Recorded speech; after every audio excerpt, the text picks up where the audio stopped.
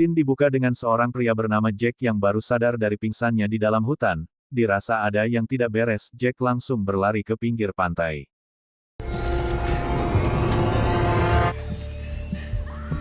Dan ya, Jack langsung terkejut melihat pesawat yang dinaikinya jatuh di sebuah pulau, dan di sini terlihat keadaan yang sangat kacau karena semua orang sibuk menyelamatkan diri mereka masing-masing. Melihat ada seorang pria yang terjepit oleh puing-puing pesawat, Jack langsung menolongnya, dan dibantu oleh penumpang yang lain.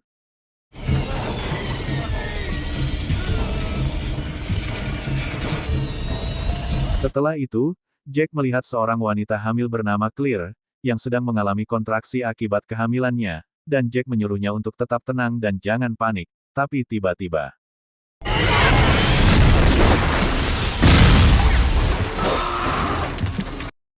Kemudian Jack melihat seorang pria bernama Bond, yang sedang menolong seorang wanita bernama Rose, yang tidak sadarkan diri.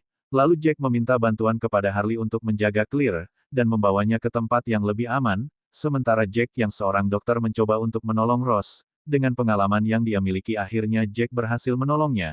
Tidak lama setelah itu, Jack melihat sayap pesawat yang akan jatuh ke tempat Claire dan juga Harley. Tanpa pikir panjang Jack langsung berlari untuk menyelamatkan mereka berdua hingga akhirnya.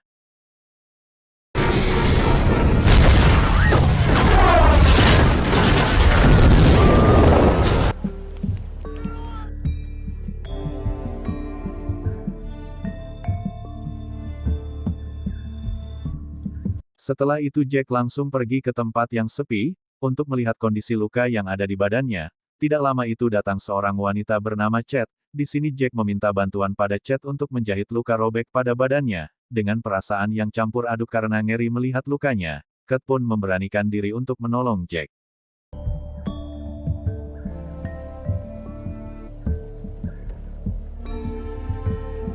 Singkat waktu malam pun tiba. Mereka membuat api unggun berharap tim penyelamat melihatnya. Di sini Harley membagikan makanan yang dia sudah kumpulkan kepada para penumpang yang lain. Di sini penumpang yang selamat berjumlah 48 orang termasuk yang sedang diobati oleh Jack. Pria ini adalah seorang polisi yang duduk di sebelah Chet. Setelah itu Jack bilang saat kejadian dirinya tidak sadarkan diri, sehingga tidak tahu apa yang terjadi. Chet lalu menjelaskan dirinya melihat ekor dan juga moncong pesawat yang hancur sehingga kedua bagian tersebut terpisah dari badan pesawat. Jack pun berniat akan mencari kokpit yang ada di moncong pesawat, untuk menemukan pemancar radio dan mengirimkan sinyal bantuan. Lalu Chet bilang kalau dirinya melihat sebuah asap di balik bukit tapi ternyata, tidak lama setelah itu tiba-tiba.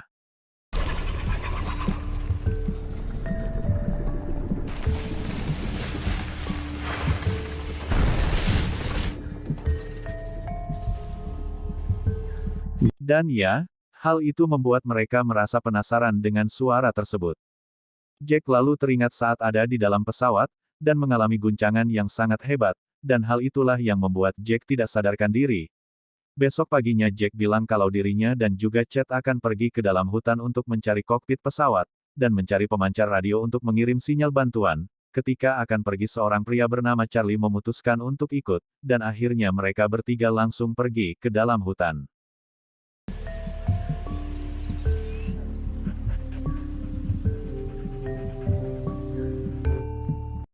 Tidak lama itu hujan mulai turun, dan mereka mulai mencari tempat untuk ngiyuhan. Tapi tidak dengan seorang pria yang bernama Locke, dia hanya diam saja dan menikmati hujan tersebut. Tidak lama itu, tiba-tiba suara dari makhluk tersebut muncul kembali.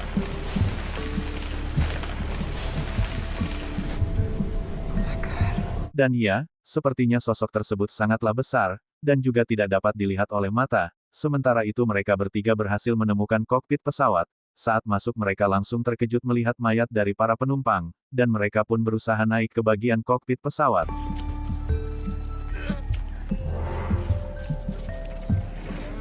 Ketika Jack berusaha membuka pintunya tiba-tiba.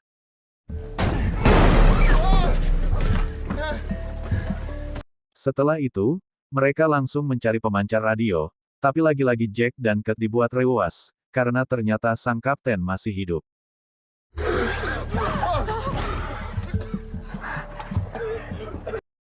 Kapten menjelaskan tidak akan ada yang mencari mereka, karena sebelum pesawat jatuh sinyal radio pesawat mati, Ditambah lagi saat jatuh pesawat sudah keluar dari jalur ribuan kilometer, si kapten lalu menyuruh Chet untuk mengambil pemancar radio, tapi ternyata alat tersebut tidak berfungsi. Di sini Jack baru sadar kalau Charlie tidak ada, Ket lalu mencarinya dan ternyata Charlie ada di dalam toilet tidak lama setelah itu. Tiba-tiba.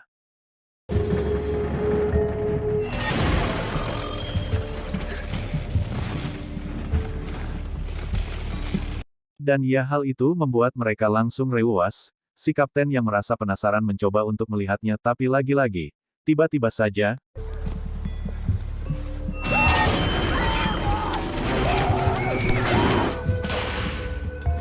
dan ya, si kapten langsung ditarik begitu saja oleh makhluk tersebut. Mereka langsung mengambil pemancarnya dan berlari abrut-abrutan sambil mencari tempat yang aman.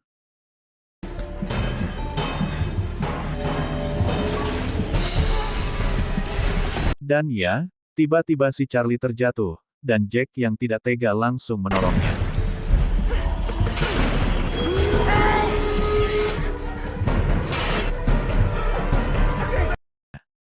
Sedangkan Chet yang berhasil bersembunyi di bawah pohon. Merasa takut karena Jack dan juga Charlie tidak ada. Tapi tiba-tiba Chet dikagetkan oleh si Charlie yang tiba-tiba saja muncul di hadapannya.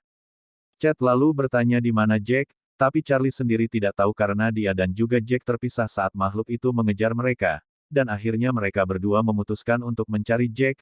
Tidak lama Chet menemukan sebuah lencana, ternyata itu milik si kapten, dan Chet melihat ada bayangan seseorang yang sedang nangkring alias ngagantung di atas pohon. Tidak lama itu Jack datang, dan ternyata orang itu adalah si kapten, yang sedang asyik gogoleran. Setelah itu mereka pun langsung pergi dengan membawa pemancar radio.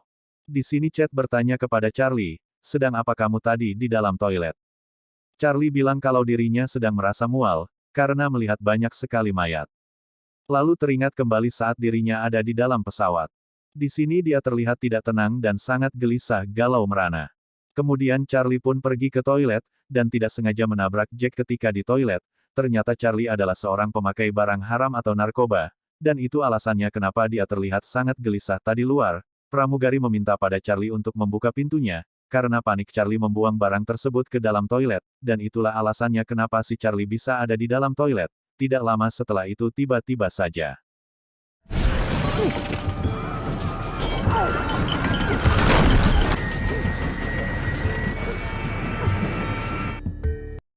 Scene kembali ke masa sekarang, di sini terlihat sepasang suami istri dari Korea yang sedang mencari bahan makanan di laut.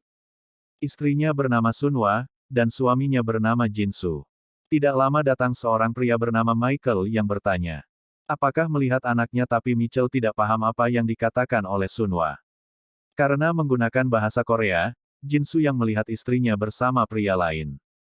Langsung menyuruh istrinya untuk menutup auratnya, ya walaupun hanya sedikit, dan ternyata anak si Michael yang bernama Wah, cukup sulit untuk menyebutkan nama Wat jadi saya panggil saja Usep. Di sini si Usep sedang di dalam hutan untuk mencari anjingnya yang hilang, dan di sini si Usep menemukan sebuah borgol. Tidak lama ayahnya datang dan langsung marah, karena pergi ke hutan sendirian, sementara di pantai terlihat dua orang yang sedang sparring atau disebut dengan gelut.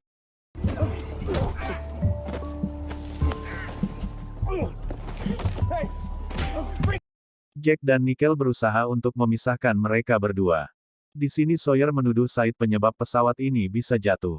Dan menganggapnya sebagai seorang teroris, sementara Said menuduh Sawyer sebagai seorang tahanan yang sudah lepas. Chet bilang kalau dirinya Jack dan juga Charlie berhasil menemukan alat pemancar radio, tapi sayangnya alat tersebut tidak berfungsi. Lalu Said bilang kalau dirinya bisa memperbaiki alat tersebut, setelah mengutak-ngatiknya dan ditemani oleh Harley, akhirnya alat tersebut kembali berfungsi, tapi sayangnya di tempat ini tidak ada sinyal, ditambah lagi baterainya yang akan habis. Oleh karena itu Said berniat akan pergi ke atas gunung untuk mencari sinyalnya.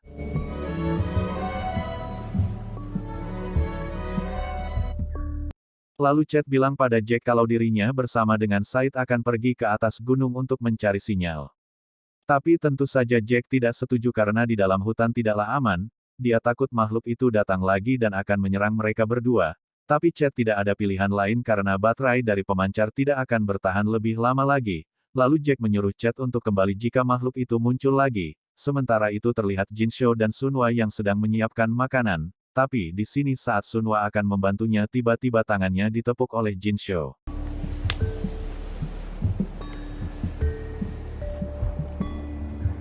Melihat hal itu Sunwa langsung kesal, dan dengan sengaja kembali membuka auratnya, sementara itu Charlie kembali memakai barang haram tersebut. Ketika Chet dan Said akan pergi, tiba-tiba seorang wanita bernama Stenon ingin ikut, bersama dengan kakaknya yaitu Sibon. Tidak lama itu si Charlie pun datang dan dia juga ingin ikut. Saat dalam perjalanan tiba-tiba, Software datang dan memutuskan untuk ikut juga, dan mereka pun mulai mendaki gunung.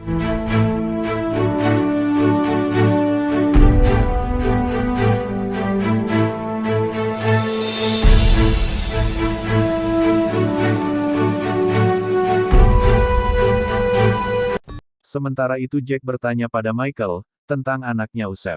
Michael bilang kalau anaknya lebih khawatir kepada anjingnya yang hilang. Jack bilang kalau dirinya melihat anjing itu ada di hutan. Scene kembali kepada mereka yang baru saja selesai mendaki gunung dan melewati lembah. Ketika Said dan Sawyer sedang berdebat, tiba-tiba mereka langsung terdiam, karena ada makhluk yang sedang menuju ke arah mereka. Karena takut mereka pun langsung berlari terbirit-birit untuk menyelamatkan diri, tapi tidak dengan Software dengan santai dan cool-nya dia langsung menembak makhluk tersebut. What the hell's that? Come on, let's move.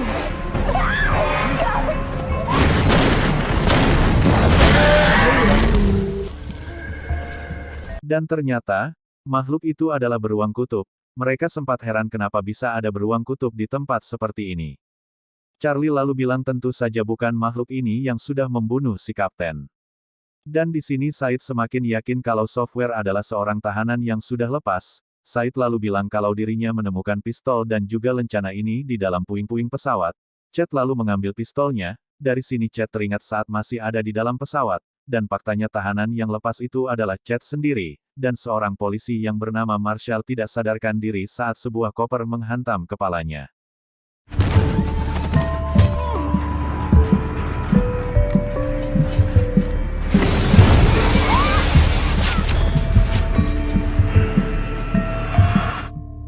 Sementara itu, terlihat Jack yang sedang mengobati luka Marcel, dan berniat akan mencabut serpihan pesawat yang menancap di perutnya. Jack meminta bantuan pada Harley, tapi Harley yang takut dengan darah tidak kuasa menahannya lagi, hingga akhirnya dia pun jatuh pingsan. Early, hey! Damn it! Tidak lama itu, Marshall bangun dan berkata di mana dia. Sementara itu mereka terus mendaki gunung dan lewati lembah. Dirasa sudah cukup tinggi Said langsung mencoba radionya. Dan akhirnya berhasil mendapatkan sinyal, dan Said pun langsung berteriak help me. Help me, help me, tapi sayangnya sinyal mereka terhalang oleh sinyal yang lain, yang sama-sama meminta bantuan, dan lebih bahlulnya lagi orang tersebut terjebak di pulau ini. Tidak lama mereka mendengar suara wanita dalam radio tersebut, menggunakan bahasa Perancis, dan untungnya di sini Canon bisa bahasa Perancis. Wanita itu bilang kumohon tolong aku datanglah, aku sendirian di pulau ini, sesuatu sedang membunuh mereka semua. I'm alone now. They're dead. It killed them. Di sini Said menyadari, ada sebuah kode dari panggilan tersebut, dan bahlulnya, ternyata wanita itu sudah terdampar di pulau ini selama 16 tahun 5 bulan, dan ya, hal itu membuat mereka langsung terkejut, dan film pun berakhir. Guys, where are we? Oke guys, sampai di sini dulu ya videonya. Jangan lupa like, comment, and subscribe.